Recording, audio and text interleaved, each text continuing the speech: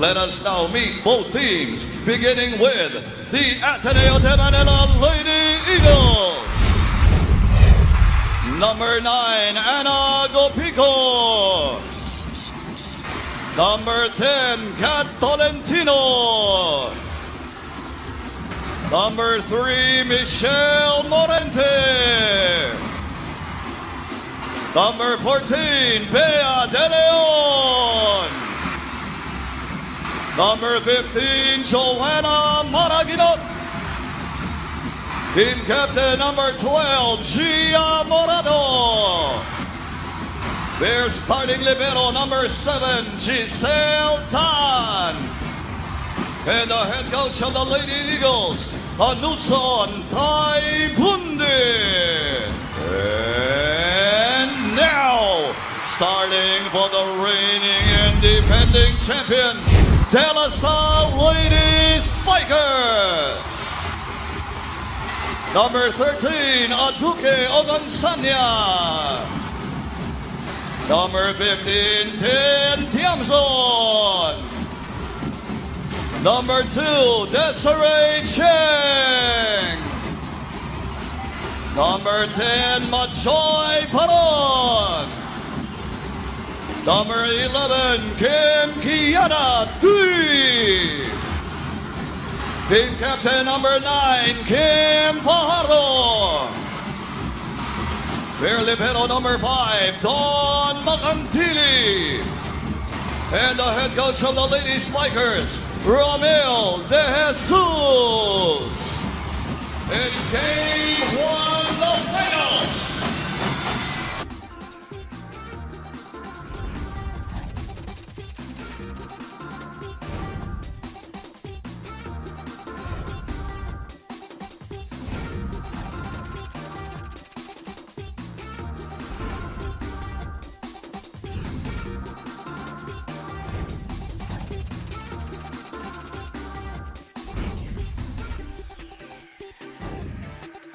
Sa kasaysayan ng pagsali ng Ateneo sa UAAP, but the last 5 years or the last 6 years has been a special moment dito para sa team ng Ateneo and of course para sa LaSalle 9th grade finals appearances. Quick point for Baron as she puts away the over-receive. And going back to your point, Coach Ronnie, for Ateneo, 9 Final Four and 9 championships all in all in 23 seasons. And if you're thinking, kalahati lang naman yun. No, that's 9 championships for LaSalle, 7 for FEU, 5 for USD, and only 2 for Ateneo. So in 23 years, LaSalle has dominated the UAAP scene. That is the reason why Ateneo brought in Coach Taibundin. In terms of coaches, in terms of knowledge, in terms of teaching the game. And Coach Taibundin has been able to develop himself into a difference maker for Ateneo in the last few years. And for more about Ateneo, we can go now to Denise Dinsay. Eric and Coach Ronnie, I've got 3 words for you.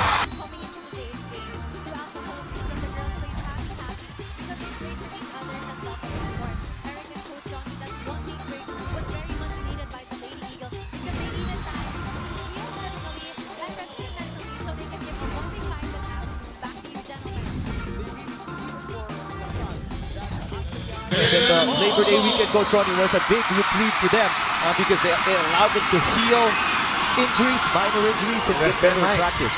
Even for the coaches, ample time to prepare. And that's why we expect a lot of fireworks during this first game. Given that yung mga may iniinda ay nakabangon na at may chance na makarecover. But it seems like both teams are not shaking off any rust. Both offenses. All the 3 points of LaSalle have come from Majoy Baron.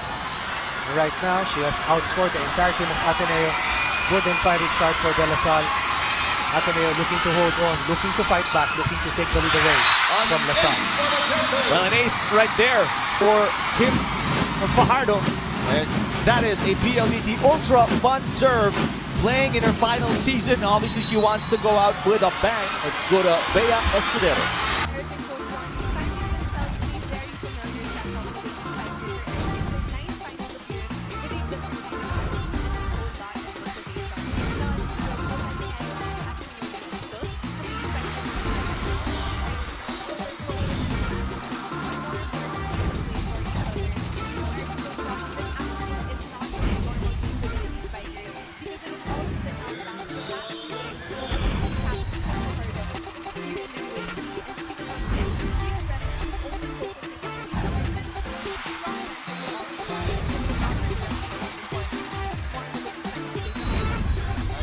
you, Bea.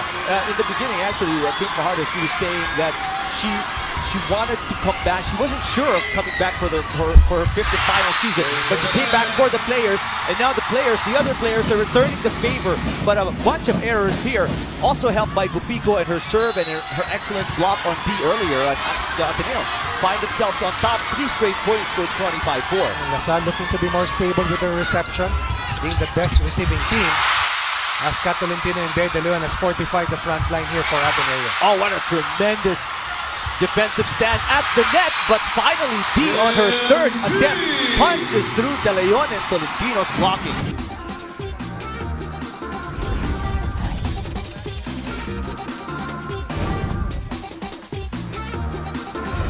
15 points a game para dito kay game lead. Service long for last year's best blocker.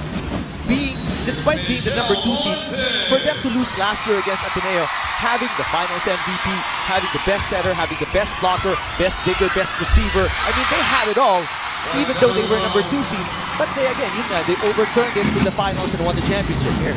But this year, graduate na yung mga yun. But for Ateneo, they've also turned another page. Wala na rin si Eliza Valdez, Amy Ahumiro.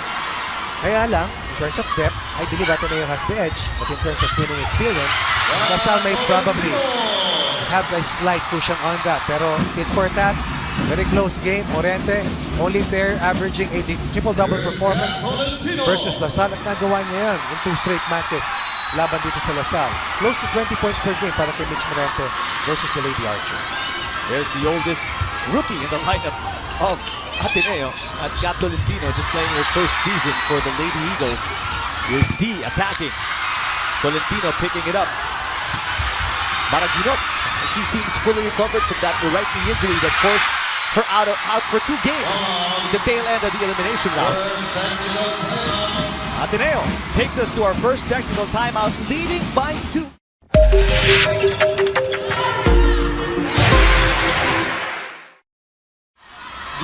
A different look of Lasal coming into this finals without their key players. Also for Ateneo without Valdez, and they are obviously trying to prove that there is life.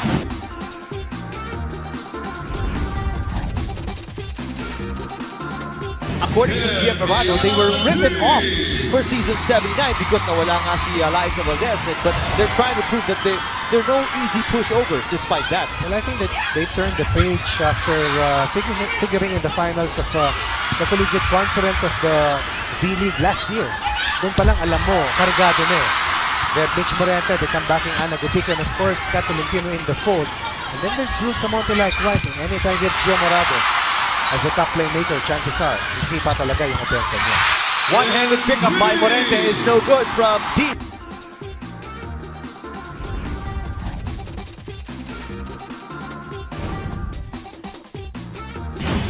Gamitin sa kanilang makakaharapin right now. Both teams executing so well against each other. The serve is wide. Second one for Lasal here in the first set.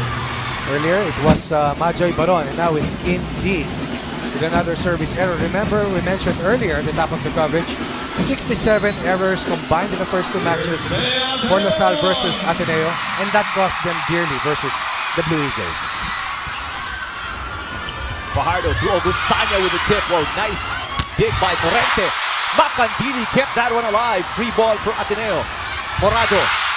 Fajardo picked it up. Back row attack. Tiamzon, and again they get it through as Morente came up short on the return. First 8 teams trying to identify the weak link sa defense ng kalaban. But more than that, very sharp players in terms of execution, in terms of finding the open space.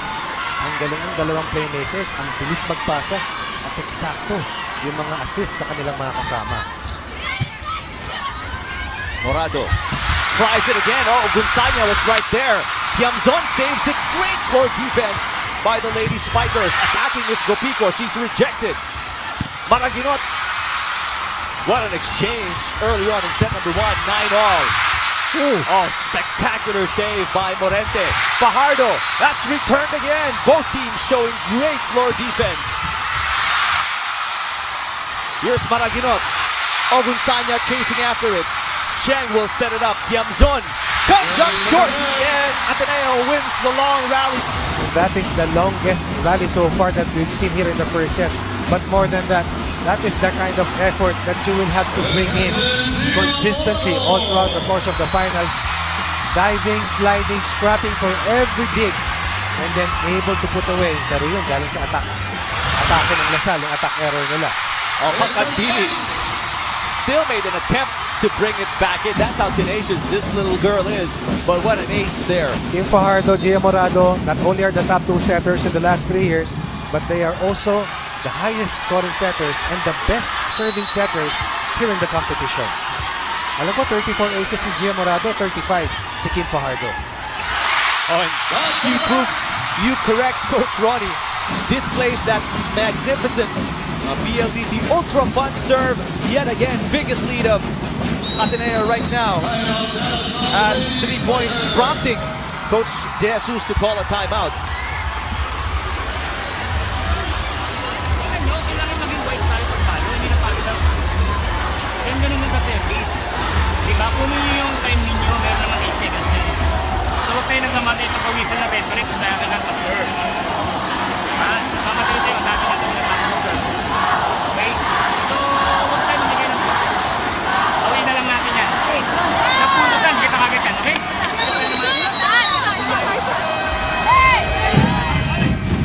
Take a look at the form and how the ball travels across the net. Just flat, making it difficult. And the placement. And placement as well. And identifying a probable weak link sa receiving ng De La Salle. Right now, Ateneo with 3 service aces, La Salle with 1. At La Salle with 2 service errors, Ateneo has none. Another poor reception for La Salle. Cheng will fire it in. Morado sets it up. Wait a minute. That's a rare, Very rare. mistake coming from Gia Morado. Double contact. First referee deemed that the ball landed too long. Nagtagal sa mga kamay ni Gia Morado. Trying to freeze the defense. Instead, an infraction was called against Season 78 or Season 77 top setter Gia Morado. First referee, Yul Benosa, while Oliver Mora is our second referee. Here comes Morente. Got the tape of the net. Tiamzon, the sophomore, fires one in and she scores. Team Chamson, Desiree Cheng, 2 large reasons why La Salle is back in the finals. Kailangan bumomba ng gusto. La Salle down by 1. Tied with a reception. Maraginot. Yes. Through the block, off the block rather. First point for Maraginot. Joe Maraginot scored 5 points versus La Salle in the first round meeting. Did not play in the second round matchup versus La Salle. We just saw Luel Maraginot, the mom of Joanna. Sorry, Lutz Lopel. And she scores an ace. Right now, yung first ball dito nila Coach Ramil na problema. Hindi naman kayang takpan lahat itong si Don Makandili, yung paglalagyan ng service ng Ateneo. You just saw a moment ago, Hedy Morado. Obviously the mom of Gia. Different form, but great result for Maraginot on the serve. Here comes Ateneo. Morente attacking. Set back on the first touch by La Salle. What a block there by Tiamzon. Tolentino. Makandili was right there. Tiamzon again. That's off. But Ateneo's floor defense also solid. Is allowing La Salle from finding the hole and crease in their defense as may Luna early entry here. Taking out itong si Team Chamson. 4-point lead for Ateneo. Biggest margin within the set so far. Luna replacing Tiamzon. Luna started playing volleyball at 13 years old. There's Maraginot serving it long. Luna played well in the finals of season 78. Former UAAP MVP Ara Galang in the house for La Salle. Adi Maraño is actually here as well. Luna unable to put that thing away, but deep scores again for La Salle back-to-back points. And also a multiple champion for the De La Salle Lady Archers. If you think about it, Coach Ronnie, 9 straight finals. Unparalleled. That's since season 70. Season 70, since they started going to the finals. Unbelievable. 16-13.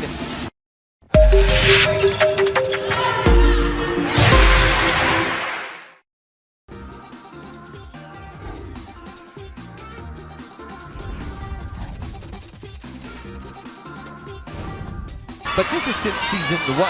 But we're talking about Last 9 years. Last 9 years. If you're talking about last 9 years, well, it's actually last 23 years. It's been LaSalle, nothing but LaSalle. 9 straight finals out of 23 years. Lucky break here para dito sa LaSalle. No coverage and that deflection by Ateneo, but instead, that ball decides to drop out. Luna scoring against a double block. First point off the bench para dito kay Coach Ramil de Jesus. And Coach Ramil saying he wants this more for the girls as they try to prove na yun nga, they can also move on without Ara, without Mika, without Sid, that they can win for themselves. And that's why what motivates him to get these girls to the top, Coach Ronnie. That is always top of mind for coaches. Everything they do for the school and the players, of course. As Majoy Baron commits another service error, and that will be the fourth or fifth service error for LaSalle in this match so far. What an angle for D as she starts to warm up, but you've got to commend the serving, Coach Ronnie, and unfortunately D just too good on the attack. That is the first line of offense, something that you're in control of, and something that you can really work to be better with dahil may oras ka dyan at ikaw lang talaga yung nasa service line. Campfire. And that's a campfire here for Ateneo. Miscommunication. Lead down to 1. Big fight back for LaSalle. Soft-spoken type. But knows how to win. That's a big swing. Oh! Another service error for LaSalle. If not for too many service errors, which totals 4, baka iba ang ating tema ngayon. Dalawa kay Majoy Baron dyan sa 4 na service errors para dito sa LaSalle. Biggest lead of Ateneo, 4 points. LaSalle led by 1 at the start of the set. Let's see if the Lady Eagles can take advantage. What a play. They drew up for D and see the decision. No touch whatsoever as it is Ateneo point. Ganda nung tago sana para kay Kimdi but she failed to connect. And once again, the lead has swung to 3 points once again for Ateneo. And Heki Yana checking in. 4th-year player taking psychology for Ateneo replaces Kat Tolentino. Another strong attack as D, after she seemed to have gotten her groove, Coach Ronnie, a couple of errors for her. And Ateneo is back up with her biggest lead of 4. Timeout here by DLSU. Ginawa ng Malaba, nagsaserve pa lang. Walang ginagawang puntos. Hindi namimigay. Sir, atake, Diana. Pag hindi ka nakapwesto, gawa mo ng paraan yung ginagawa mo. Hindi yung kahit awkward play, pumapalo ka ng malakas. Diba? Dapat nakapwesto sa pinamataas sa mga bago. Hindi mo paluin. Hindi ka pa narinig sa pinamataas kung pumapalo ka na eh. Kahit nakahiga pa lang eh. Okay? Kailangan natin umasa. Kailangan natin. Hindi pa malapit na yan, no?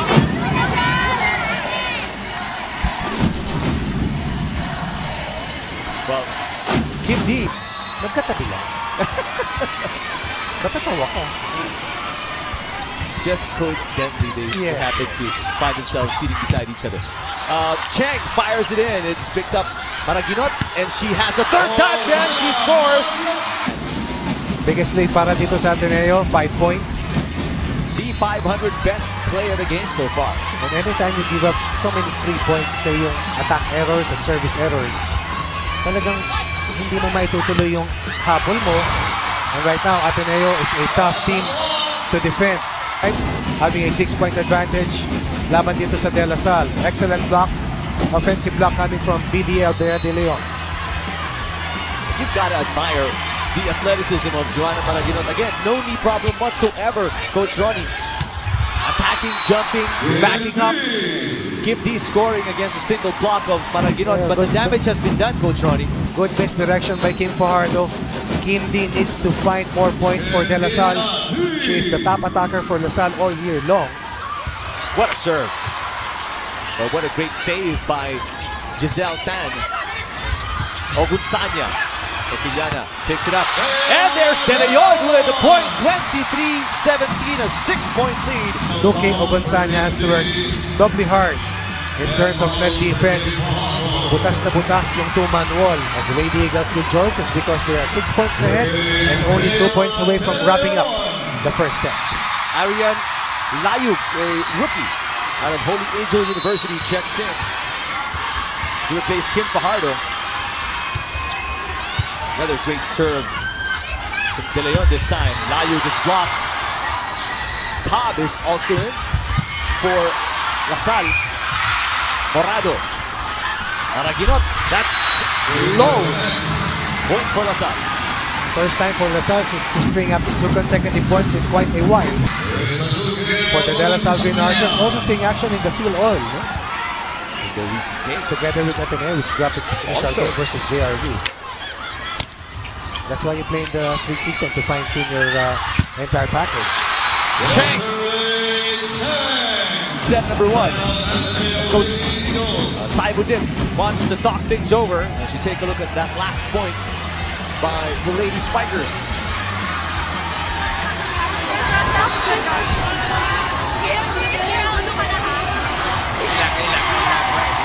Get 124 na. Ha? Ampet. In front na, in front.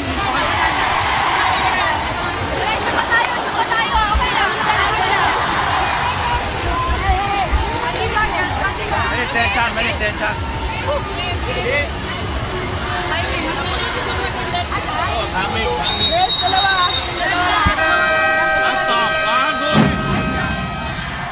And obviously, as with that big offense and they're serving, that's why they have a 4-point lead here. LaSalle imploding a bit. 11 unforced errors for LaSalle. 11 of 23 points for Ateneo coming from the unforced errors of the Archers. Maraginot, that's off the tape of the net. That's 4 touches. Maraginot, back-to-back errors. Then Lasal within 3. Pero parang mas solid yung rhythm na nakikita natin while Ateneo has lapsed into a series of attack errors. Right now the lead is down to 3. Right now, I still see people just walking into their seats here after spending so much time in the queue outside of the Araneta Coliseum. Tail end of set number 1, 23-20. Biggest lead of Ateneo was 6. LaSalle led by just a single point early in the first set. Another long rally in the making. Layuk. Tan sets it up. The former setter now turned libero. Ogunsanya. Free ball for the Lady Eagles. Morado to Maraginot. Fires and scores! Joanna Maraginot redeeming herself after a couple of errors. And Ateneo needed that. And that last attack point coming from one of the best scorers in this year's competition, Lazaro. And then Lazaro, former libero of Ateneo. Former top libero. That's right. There's a net violation against Ateneo. And it will require a perfect 3 rallies for LaSalle in their bid to lengthen this first set.